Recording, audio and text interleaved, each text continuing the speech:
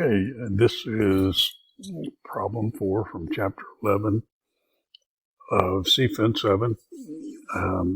The chapter 11 is the cost of capital.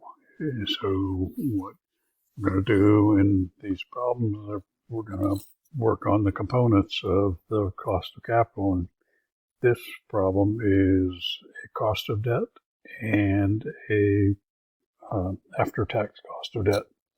So the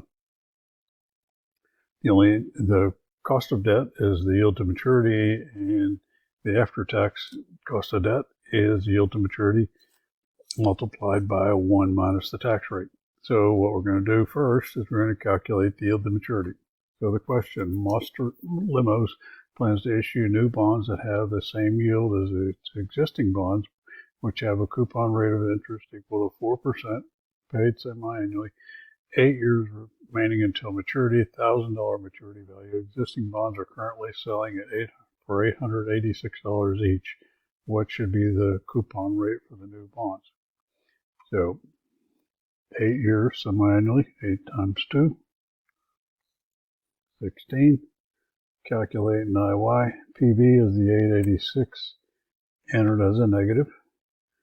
The face value is 1,000, and then the coupon rate. So we're going to use the coupon rate to calculate the coupon payment. So 1,000 times 0.04 divided by 2 is 20.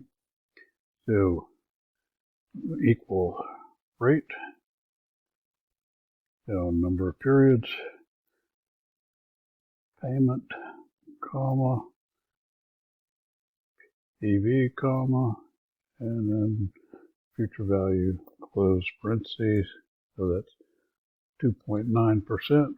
So to calculate the yield to maturity, we just multiply that by 2, and we get 5.80%. So that is your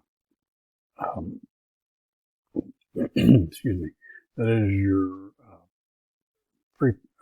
cost of debt, or pre-tax cost of debt, however you can say it in multiple ways.